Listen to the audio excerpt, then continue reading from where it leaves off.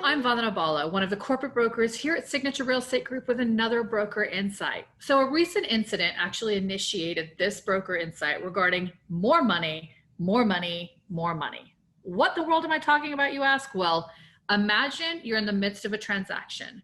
But prior to that, the seller has already agreed to pay $2,500 towards closing costs for the buyer in the original RPA. But after the inspection, the buyer realizes that the home is actually in need of more repairs than they're willing to pay for after closing. So as a result, the buyer requests $2,500 in lieu of repairs on the request for repair form. Seller agrees to it. Hallelujah, everybody's happy. Now, the part that's really important is how do you write up the addendum? Because remember, when it deals with money in the transaction, it has to be put through an addendum.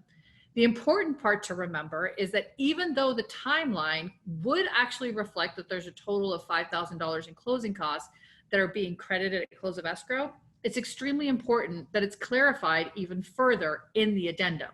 So the addendum should read something like, seller to credit buyer a total of $5,000 towards buyer's recurring and or non-recurring closing costs at close of escrow. This will remove doubt from anyone's mind that the seller is intending to credit $5,000 total and not just $2,500 total.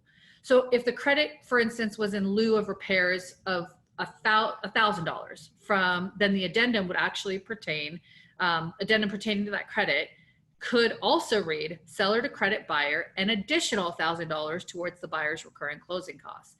The language for your addendum is extremely important. So if you have any questions about this, please don't hesitate to speak to any one of the brokers here at Signature Real Estate Group.